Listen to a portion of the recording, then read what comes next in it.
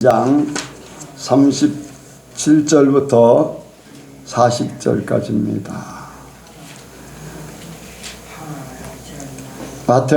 마태복음 22장 37절부터 40절까지입니다. 한 목소리로 응독합니다. 시작. 예수께서 가라사대 내 마음을 다하고 목숨을 다하고 뜻을 다하여 주 너의 하나님을 사랑하라 하셨으니 이것이 크고 첫째 되는 계명이요 둘째는 그와 같으니 내 이웃을 내 몸과 같이 사랑하라 하셨으니 이 두 계명이 온 율법과 선지자의 강령이니라. 아멘. 한번 인사합니다. 잘 오셨습니다. 은혜 많이 받으시기 바랍니다. 믿음으로 서시기 바랍니다. 이 시간 나누는 시간입니다. 간증하실 분이 있으면 하시기 바랍니다. 하실 분이 없나요?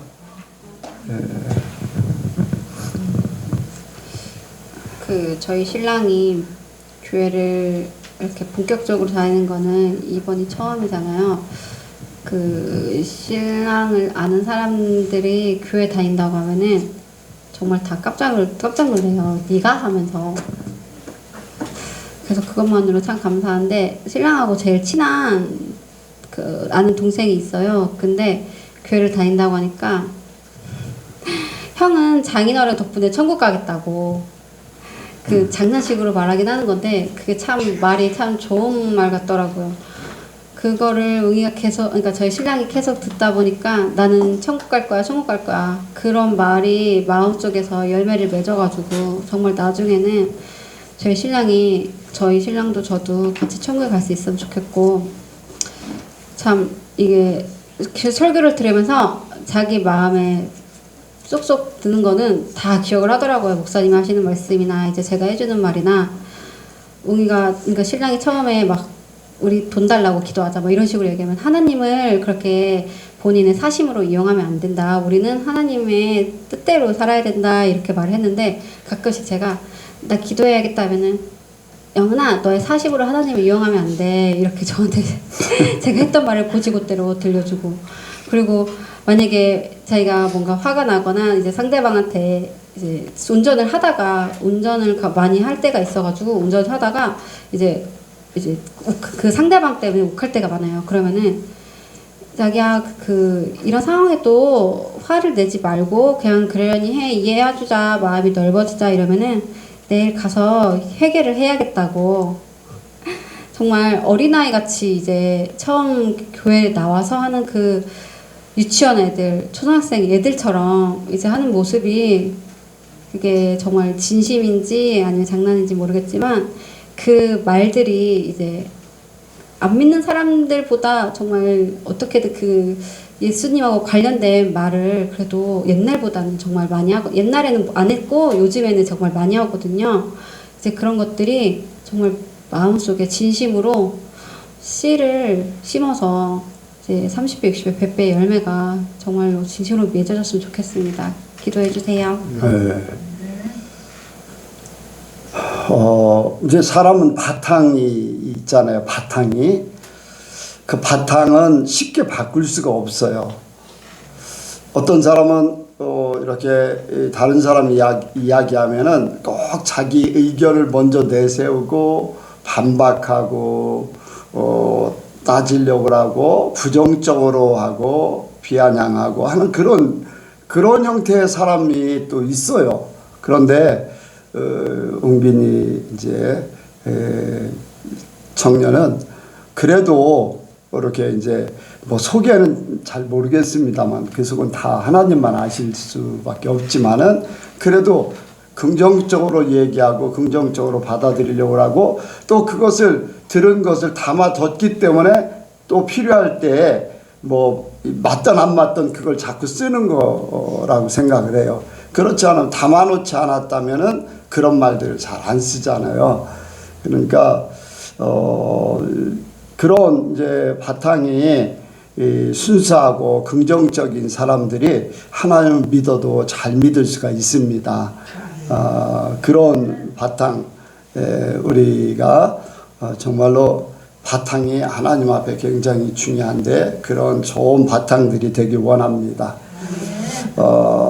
그리고 또 이제 한 가지는 지난달에 우리 영은 집사가 그 침례에 대해서 이렇게 얘기하는 거를 들었어요.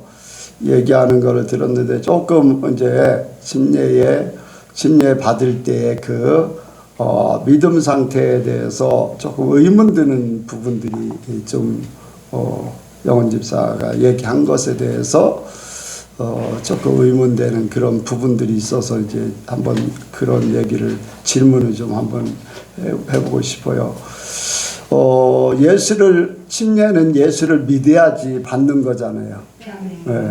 예수를 믿는다고 고백을 하고 받겠습니다 해서 이제 받는 거잖아요. 그거는 바뀌어지지 않는 거잖아요. 예수를 안 믿는데도 침례를 받으면 믿음이 생긴다 그런 건 아니잖아요. 그거는 정확하게 해야지 돼요. 그 부분은 믿음의 고백 위에 침례를 받는 거. 그래 이제 웅빈 청년에게 그때 침례를 받으라고 했던 것이 뭐냐면은 사형리에서 이제 사형리에서 예수님을 영접하는 기도를 했잖아요. 분명히 따라 했을 거라고요. 그럼 진심으로 기도했냐라고 했을 때 진심으로 기도했다고 했어요, 안 했어요? 했죠. 분명히 했잖아요. 근데 어쨌든 그 진심이 진심으로 하긴 했는데 침례를 받으려고 하니까 자기는 그때는 진심으로 한 것 같은데 한편으로는 결혼 예배를 드려야 된다는 것 때문에 내가 그런 걸 하지 않았나 하는 그런 것 때문에 침례 받는 것에 대해서 주저하는 거 아닌가 이제 그런 생각을 해요. 본인이 깊숙이 교회에 몸을 담기가 침례까지 받아버리면은 진짜 깊숙이 몸을 담는 느낌이어서 이제 피하려고 했던 건데 그 목사님도 그러셨잖아요. 목사님도 웅빈이한테 진짜 믿음이 정말 신실하게 있지 않아도 한번 일단은 얘기를 해보신 거잖아요. 그러니까 저도 그런 마음으로 만약에 인간이 태어났을 때 엄마 뱃속에서 자기가 태어나고 싶다고 해서 태어나는 게 아니라 그게 자연스럽게 하나님이 그 뱃속에 만들어 주셔가지고 태어난 거잖아요. 그런 의도로 이제 침례를 받고 나서 그 작은 믿음으로 침례를 받고 나서 이제 일단 교회를 출석을 했고 사형리로 믿음의 고백을 했고 이제 했으니까 저도 목사님의 생각처럼 침례를 받아도 되지 않을까 싶어서 이제 꺼낸 거고. 그런데 한 가지 이거예요. 내가 진심으로 기도를 했긴 했는데 침례를 받으면 내가 교회에 깊숙이 관여해야 되고 뭔가를 이렇게 그거는 이제 출발을 얘기하는 건데 그게 그러면은 조금 침례 받는 것이 조금 문제가 될 수 있는 것이 침례를 받으면은 우리가 새로운 삶을 시작한다고 했잖아요. 침례를 받을 때 뭐 이미 우리가 예수를 믿는다고 고백을 했을 때 우리는 새로운 삶이 시작되지만은 실제적으로 침례를 받음으로써 사람들에게 확증하고 자기 자신도 확증을 하는 거잖아요. 그런데 깊숙이 관여하기가 좀 그러니까 침례를 받기가 좀 그렇다면은 그런 상태라면은 받는 건 조금 그럴 수 있어요. 그러니까 시간을 좀 두고 봐야 돼요. 그래서 더 이상 하지 않았습니다. 그냥 너무 무슨 말인지 침례라는 거에 대해서 너무 크게 그러니까 막 본인 인생이 막 완전히 자기 인생이 완전 교회로 이제 무슨 극적으로 드라마틱하게 바뀔 것처럼 이제 너무 그때 봤던 것 때문에 조금 그러니까 무서워한다기보다 뭐라고 해야 되지 조금 두려워하더라고요. 근데 그게 당연한 거예요. 그러니까 인간적인 생각 때문에 두려움이 온 거지. 저 같은 경우는 항상 모태신앙이었고 항상 봤으니까 별로 그렇게 큰 일이 아니고 저도 항상 어렸을 때부터 나도 자연스럽게 저렇게 침례를 받아야지 나이가 되면 받아야지 했는데 그러니까 저희 신랑 입장에서는 그런 걸 한 번도 못 보다가 이제 겪어야 되니까 되게 크게 한다는 게 저도 생각을 이제 뭐냐면은 내가 이제 겪었던 일들 그러니까 모태신앙이었던 사람들은 그런 경우를 거의 안 겪을 거예요. 그런데 나 같은 경우도 중학교 때, 고등학교 때 교회를 다니고 했기 때문에 거기에서는 감리교회였기 때문에 세례를 받으라고 그랬어요. 세례를 받으라고 할 때 나는 하나님을 믿어. 분명히 하나님 계심을 알고 하나님을 믿고 종교란에는 기독교, 나는 하나님의 교회를 다녀 기독교 그랬는데 침례를 세례를 받으라고 할 때는 내가 나는 신앙이 아직 세례받을 신앙이 아니야 그랬었거든요. 그런데 그 자체가 지금 생각하면은 내 인간적인 생각이었을 뿐이에요. 이제 웅빈이 청년도 인간적인 생각일 뿐이야. 분명히 나는 하나님을 믿어. 어떤 면에서는 웅빈이는 그보다 좀 약할 수도 있어.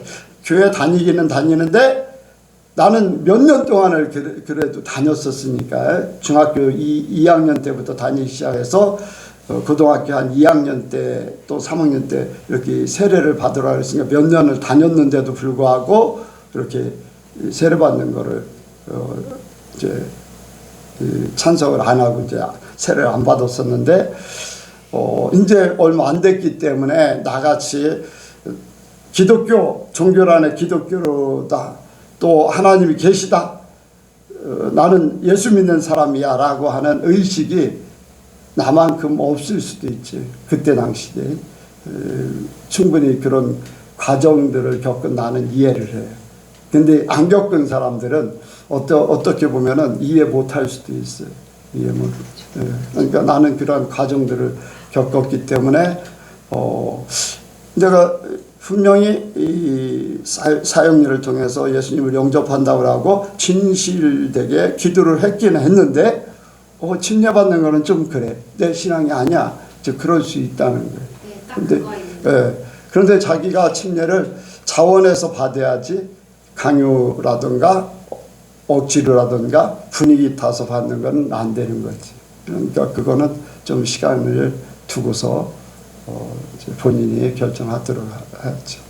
이제 뭐 당연하게 하나님 또 아까 이제 천국 갈 거야라고 하는 그러한 것은 말이 시가 되는 거고 이미 그러한 생각을 가지고 있으니까 말이 나오는 거예요. 그런 아브라함의 옆에 있어서 롯이 구원받은 것처럼 웅빈이 신랑도 이제 저희 가족 옆에 목사님 말씀을 듣고 설교 말씀을 들음으로써 항상 진짜 신기하게 설교했던 내용들을 한마디 한마디씩 가끔씩 말을 하는데 정말 아마 영은 집사가 잘못하는 거 말씀으로 대본에 이렇게 얘기할 것 같아요. 그렇죠. 네, 항상 그런 그런 상태면은 하나님 편에 이 한편으로는 깨끗하기 때문에 말씀이 쏙 들어온 게 그게 이렇게 툭 튀어나오는 거예요. 오래된 사람은 말씀을 예배를 많이 드렸어도 말씀이 이렇게 딱 bek혀가지고 필요할 때 딱 나오는 게 쉽지가 않거든. 근데 오래 안 다녔어도 이제 새로운 말이고 못 들었던 말이고 하니까 더 관심이 가지고 그런 것들이 쉽게 나올 수 있어요. 그런 부분은 좋아요. 어쨌든 염지안도 빨리 좀 이렇게 되길 바라는데 자꾸 말을 해야 돼. 말이 씨가 되니까. 자 예은이 우리 청년이 지안이도 곧 나올 거야. 한번 해보세요. 지안이도 곧 나올 거야. 저는 아침마다 선포기도는 해요. 그러니까 자꾸 고백을 해야 돼. 교회에서도 자꾸 고백을 해야 돼. 하나님이 들으시라. 말하는 대로 하나님께서 일하신다고 했어요. 우리가 말한 것을 통해서 일하시. 그러니까 자꾸만 자기는 뭐 자기의 지식이나 자기의 가지고 있는 거나 이런 것들 가지고서 막 뭐 하려고 하는데 하나님은 그것도 단번에 해결해 주세요. 내가 그런 부분에 대해서는 고집하면은 나를 꺾을 사람이 없을 정도에도 하나님이 단번에 꺾으셨어요. 그러니까 하나님이 하시면 되니까 자꾸 고백하면 됩니다. 자, 말씀을 듣도록 하겠습니다. 마치겠습니다. 사랑의 하나님 아버지, 우리가 주님 앞에 예배를 드립니다. 주님, 우리가 주님 앞에 드린 예배가 주님께서 기뻐하신 예배가 되게 하여 주시옵소서. 이 시간 오직 주님만을 생각하며 오직 주님만을 바라보며 오직 주님만을 경외하게 하여 주시옵소서. 다른 것 그 무엇도 우리의 생각과 우리의 마음을 침투하지 못하도록 예수 그리스도의 보혈로 지켜주시옵소서. 주님 말씀을 듣습니다. 그 말씀이 각 심령 가운데 잘 새겨 들어가서 그 말씀이 영의 살이 되어서 우리의 삶에서 온전히 주님을 닮아가는 그러한 영양분이 되게 하여 주시옵소서. 감사합니다. 예수님의 이름으로 기도드렸습니다.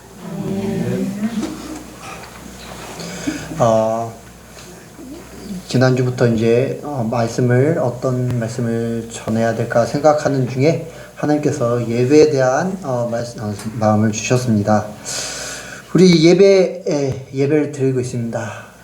예배, 이게 이렇게 주 예배도 드리고 수요 예배도 드리고 어떤 교회는 이제 새벽 예배도 드리고 이런저런 예배들이 많이 있습니다. 사람들이 예배를 드리는데 예배에 대한 어떠한 의미를 알고 드리는 사람들이 많이 없을 겁니다. 예배란 무엇입니까? 우리가 예배가 무엇인지 알아야 우리가 하나님께 온전한 예배를 드릴 수 있겠죠. 예배는 우리의 창조주 되시며 구원자 되시는 하나님을 만나는 것입니다. 우리는 하나님을 예배하면서 나 자신이 누구인지를 깨닫고 나는 하나님의 은혜 없이 살 수 없는 존재임을 깨닫게 되는 시간을 갖습니다. 그리고 또한 그런 예배자들은 하나님께 자신의 최고의 가치를 올려드림으로 인해서 영광을 올려드립니다. 이게 바로 예배입니다. 이 성경에는 예배에 대해서 여러 가지 용어들이 나옵니다. 구약에서는 아바드라는 단어가 나오는데 이 뜻은 노예가 주인을 섬기는 노동을 의미하고 있습니다. 그리고 또 다른 예배와 관련해서는 하나님께 대한 봉사의 의미가 있다고 합니다. 다른 단어는 샤하인데 엎드린다, 굴복한다 라는 의미가 있습니다. 이러한 단어들의 뜻을 이렇게 종합해 보면은 예배는 하나님 앞에서 겸손하게 자신을 낮추고 하나님의 뜻에 따라 봉사하는 것이라고 말할 수 있습니다. 우리의 생각은 낮추고 오직 하나님께 굴복하여서 하나님의 뜻을 구하는 것이죠. 그리고 신약에서는 레이투르기아라고 예배를 표현하고 있는데 이 단어는 예배하는 공동체 전체가 하나님께 믿음과 순종으로 봉사하는 것을 의미하고 있고 또 다른 단어로는 프로스퀴네오라는 단어가 있습니다. 기억 안 하셔도 됩니다. 존경을 나타내다, 최상의 가치를 돌린다, 이러한 뜻이 있습니다. 즉 예배는 하나님께 존경을 나타내는 경건과 의식을 의미하고 동시에 최상의 가치를 하나님께 돌리는 것이라는 것을 알 수 있습니다.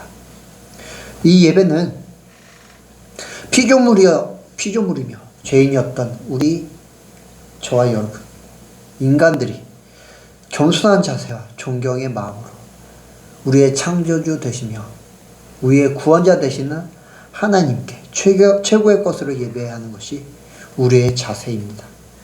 우리가 그렇게 예배합니다.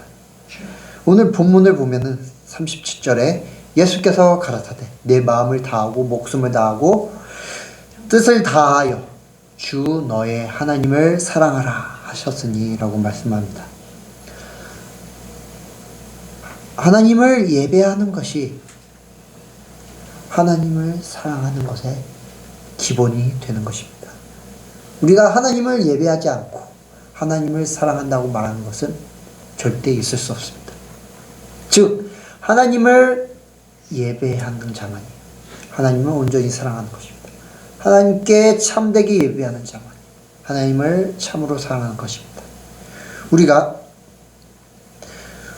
하나님을 예배할 때 우리의 마음을 다하고 목숨을 다하고 뜻을 다하여 하나님께 예배해야 합니다. 그래서 예배에 목숨을 걸자라는 제목으로 오늘 말씀을 나누기로 원합니다. 같이 하시겠습니다. 예배에 목숨을 걸자. 예배에 목숨을 걸자. 예배에 목숨을 걸자. 예배에 목숨을 걸자. 이렇게 예배의 의미를 우리가 알았습니다. 그렇다면 우리가 이 예배에 목숨을 걸어야 되는데 왜 목숨을 걸어야 할까요? 바로 이 지금 드린 이 예배가 우리의 마지막 예배가 될 수 있기 때문입니다.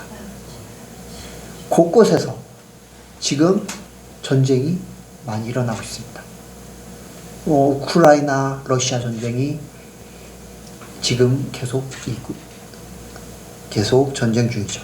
또한 최근에 발생한 이스라엘과 하마스 전쟁 또한 일어나고 있습니다.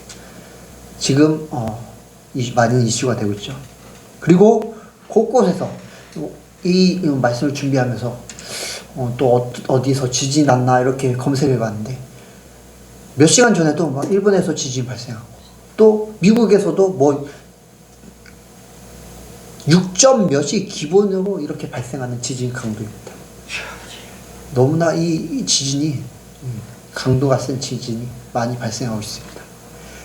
그러한 지진이 발생하면 수많은 사람들이 목숨을 잃고 또 전쟁에서도 많은 사람들이 목숨을 잃고 하고 있습니다.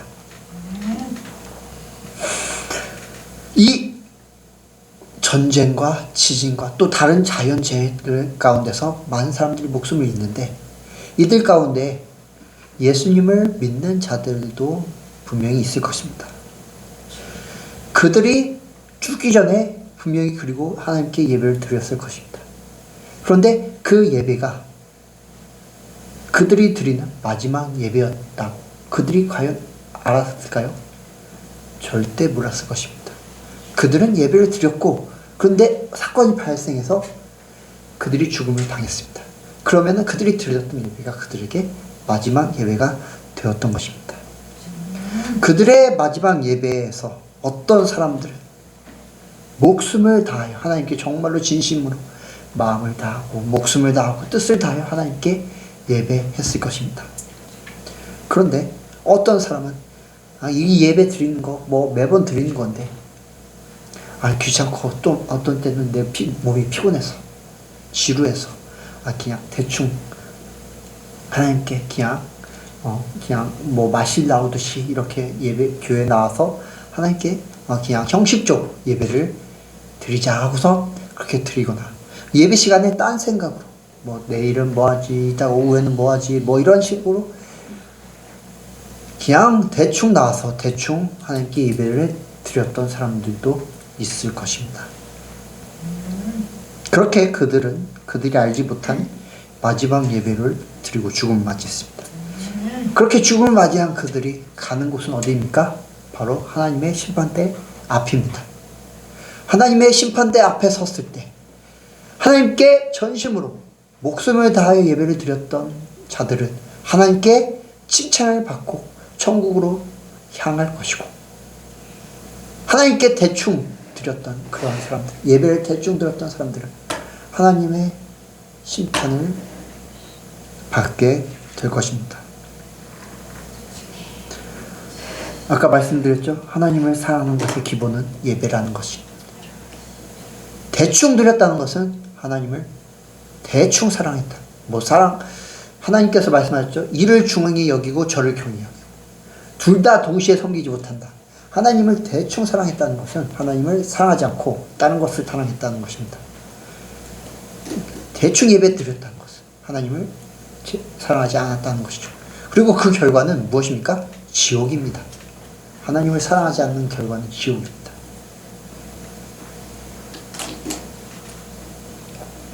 만약 죽기 전에 그들의 예배가 그들이 드리는 마지막 예배가 될 것이라는 것을 알고 있었다면 그들은 예배를 대충 드렸을 거예요.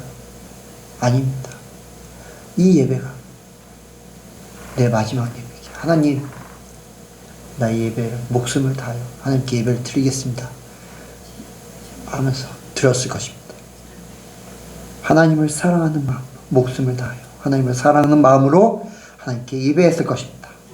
저와 여러분은 지금 이 순간 드리는 예배가 마지막 예배라고 생각하고서 하나님께 마음을 다하고 목숨을 다하고 뜻을 다하여 하나님을 예배해야 합니다. 지금 한국도 지금 안심해서는 안 되는 지금 상황입니다. 뭐 이렇게 평안히 지내고 있지만 언제 전쟁이 터질지 모릅니다. 아직 전쟁 중인 나라입니다. 그냥 휴전 전쟁이 멈춰있는 상태이지 언제금 다시 전쟁이 발생할지 모릅니다. 북한이 미사일 쏴고 그렇게 이렇게 쳐들어올지 모르는 상태입니다. 또한 우리 한국 역시 지진으로부터 안전하다고 할 수 없는 상태입니다. 또 개인적으로도 언제 죽음을 맞이할지 알 수 없습니다. 주변에 뭐 많은 저희 몇몇 분들이 이제 심정지로 이렇게 죽음을 맞이하고 하는데 개인적인 종말 역시 언제 우리에게 닥칠지 모릅니다.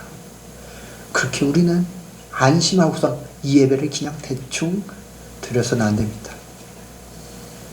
이 예배가 여러분 각자에게 마지막 예배가 될 수 있습니다.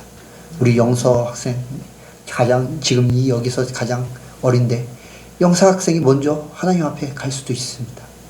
그러니까 이 영서 학생도 마지막 예배라는 거 생각하고 하나님께 예배하십시오. 예수님이 이제 마지막 때이죠. 예수님이 언제 오실지 모릅니다. 이따가 오실지, 내일 오실지, 한 달 뒤에 오실지. 그러니까 그 예수님의 그 오실 때를 대비해서 우리가 하나님을 목숨을 다하여 예배하시는 저와 여러분 되시기 바랍니다. 두 번째로 우리가 목숨을 다하여 하나님께 예배하는 이유는 하나님이 기뻐하시는 예배가 되어야 하기 때문입니다. 하나님은 하나님께 참으로 예배하는 자들을 찾으신다고 요한복음 4장에 말씀을 하고 계십니다. 그리고 참으로 예배하는 자들은 신령과 진정으로 예배합니다. 신령과 진정으로 하면은 많은 사람들이 이제 우리의 전심을 다하여 온 마음을 다하여 예배한다고 많은 의미로 많이 사용하고 있습니다. 그리고 또한 개역개정에서는 영과 진리로 예배한다고 말씀을 하고 있는데 지난번에 한번 말씀을 드린 적이 있습니다. 진리는 어떤 우리의 고양된 감정, 그 한순간에 사라지는 그러한 감정과 또한 우리를 기쁘게 한 우리의 어떤 상황으로 인해서 하나님을 예배하는 것이 아니라 우리의 그 진리이신 예수 그리스도, 우리를 구원하신 예수 그리스도가 우리의 예배의 원동력이 되어서 예배를 한다고 말씀을 드렸고, 예배를 하는 것이라고 말씀드렸고, 그리고 그런 세상과 육신에서부터 구별된 거룩한 영으로 성령님의 인도하심에 따라 예배하는 것이라고 말씀을 드렸습니다. 이 두 의미 다 어쨌든 우리가 하나님께 목숨을 다하여 예배해야지 이것이 가능하게 됩니다. 그렇지 않으면 그냥 대충 드릴 수밖에 없습니다. 우리의 목숨을 다해 하나님께 예배할 때 신령과 진정으로 하나님께 예배하며 영과 진리로 예배할 수가 있습니다. 이렇게 목숨을 다해 하나님께 예배하는 자가 하나님께서 찾으시는 예배자이며 하나님께서 기뻐하시는 예배자입니다. 왜 하나님께서 이런 자들을 찾으십니까? 목숨을 다해 하나님께 예배하는 자들은 이 예배뿐만 아니라 삶에서 드리는 예배 역시 하나님께 목숨을 다해 예배를 하기 때문입니다.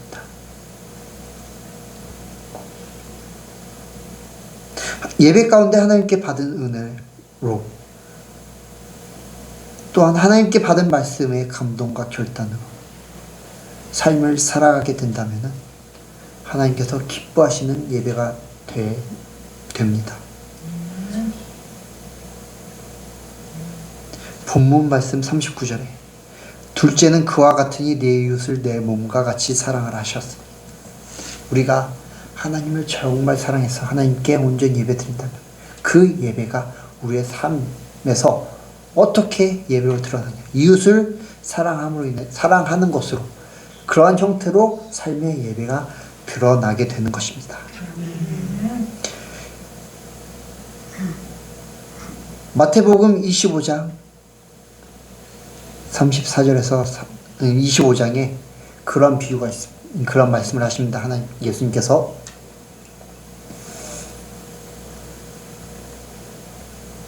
그런 비유를 하십니다. 말씀을 읽어드리겠습니다. 그때 임금이 그 오른편에 있는 자들에게 이르시되 내 아버지께 복받을 자들이여 나와 창세로부터 너희를 위하여 예비된 나라를 상속하라. 내가 줄일 때에 너희가 먹을 것을 주었고 목마를 때에 마시게 하였고 나그네 되었을 때에 영접하였고 벗었을 때에 옷을 입혔고 병들었을 때에 돌아보았고 옥에 갇혔을 때에 와서 보았느니라. 이에 의인들이 대답하여 가로되 주여 우리가 어느 때에 주의 줄이신 것을 보고 공개하였으며 목마르신 것을 보고 마시게 하였나이까. 어느 때에 나그네 되신 것을 보고 영접하였으며 벗으신 것을 보고 옷 입혔나이까. 어느 때에 병드신 것이나 옥에 갇히신 것을 보고 가서 배웠나이까 하리니 임금이 대답하여 가라사대 내가 진실로 너희에게 이르노니 너희가 여기 내 형제 중에 지극히 작은 자 하나에게 한 것이 곧 내게 한 것이니라 하시고, 이웃에게 사랑을 베푸는 것, 이웃을 공개하고, 이웃이 목마를 때 마시게 하고 줄일 때 먹을 것을 먹고, 벗었을 때 옷을 입히고 병들었을 때 돌아보는 이러한 이웃을 사랑하는 것이 바로 삶에서 하나님께 예배하는 것입니다. 목숨을 다하여 예배하는 것, 이렇게 목숨을 다하여 이웃을 사랑하는 것은 우리가 어디서 볼 수가 있느냐, 바로 강도 만난 그 사람을 돌봐준 사마리아인에게서 우리가 목숨을 다하여 이웃을 사랑하는 것을 볼 수가 있습니다. 다른 레위인, 제사장 이런 사람들은 그 강도 만난 이웃 사람을 만났을 때 어떠했습니까? 피해서 갔습니다. 도와줄 생각을 안 했습니다. 그러나 사마리아인은 와서 들고 여간에 눕히고 잘 돌봐주고, 그리고 떠나면서 그 여관 주인에게 어떻습니까? 잘 치료해주고, 더 비용이 더 들면 내가 돌아와서 그 비용을 대주겠다. 자기의 목숨을 다하는 그러한 이웃사랑을 우리는 이 사마리아인에게서 볼 수가 있습니다. 이것이 바로 하나님을 삶에서 예배하는 것입니다. 이렇게 목숨을 다하여 하나님을 예배하여 하나님을 기쁘시게 하고, 목숨을 다하여 하나님을 예배함으로 인해서 또한 이웃을 사랑하며 삶에서의 예배로 이어지는 것, 그것이 바로 하나님께서 기뻐하시는 예배인 줄 믿습니다. 이렇게 목숨을 다하여 예배하며 하나님을 기쁘시게 하는 우리 모든 성도님들 되시길 주님의 이름으로 축복드립니다. 마지막으로 우리가 목숨을 다하여 하나님께 예배하는 이유는 바로 우리가 천국 가기 위해서입니다. 예배를 제대로 드리지 않는 것은 하나님을 인정하지 않는 것입니다. 또 아까 말씀드린 것처럼 하나님을 사랑하지 않는 것입니다. 예수님께서 바로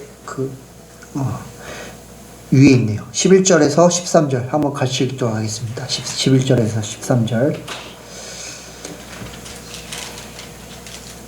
시작. 같이 읽겠습니다. 임금이 손을 벌어 들어올세 거기서 예복을 입지 않은 한 사람을 보고 가로되 친구여 예복을 입지 않고 여기 들어왔느냐니 저가 예복을 원하는 임금이 사람들에게 이르되 그 손을 벌어 바깥 도둑에 내었느니라. 거기서 침이 울며 밤이 있으리라. 칭함을 같이 14절까지 칭함을 받은 자님한테 특별히 유지하는 우리가 이렇게 하나님께 우리의 목숨을 다하는 것은 우리의 최선을 다하여 하나님을 예배하는 것입니다. 그런데 여기서 초대받은 사람들, 이 초대받은 사람들이 어떤 사람들이죠? 부유한 사람들, 뭐 지역의 지주들, 뭐 유지들, 뭐 그런 사람들이 아니라 길거리에서 그냥 뭐 거렁뱅이들, 만나는 대로 이렇게 데려오라고 말씀하신 거예요. 악한 자나 선한 자, 뭐 진짜 뭐 그냥 아무 사람이나 데려왔을 것입니다. 뭐 그들이 돈이 있겠습니까? 뭐 돈이 없는 사람들도 있겠죠, 거지는. 그들이 예복이 어디 있겠습니까? 그러나 그 예복을 말하는 거죠. 자기가 정말로 그 임금을 존중해주는, 존경하는 최고의 것을 갖추고 그 임금에게 나와야 되는데 그것조차도 하지 않고 그냥 뭐 아까 그냥 동네 마실 나가듯이 그냥 친한 친구 이렇게 보러 가듯이 그냥 편하게 이렇게 임금을 보러 임금한테 그러한 모습을 말하고 있는 것입니다.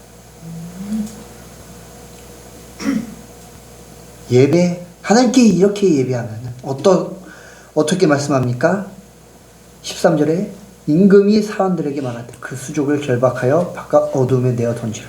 거기서 슬피 울며 이를 갈미 있으리라. 우리가 하나님께 정말 우리의 모든 것을 다하여 우리의 진심을 다하여 하나님을 예배할 줄 믿습니다. 그래야지 이 하나님 예수님의 비유처럼 되지 않게 될 것입니다.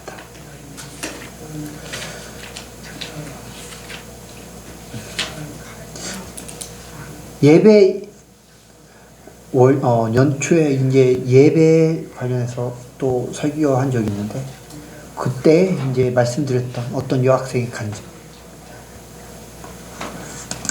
하나님을 예배할 때는 정말로 그 전심을 다하여 예배할 때는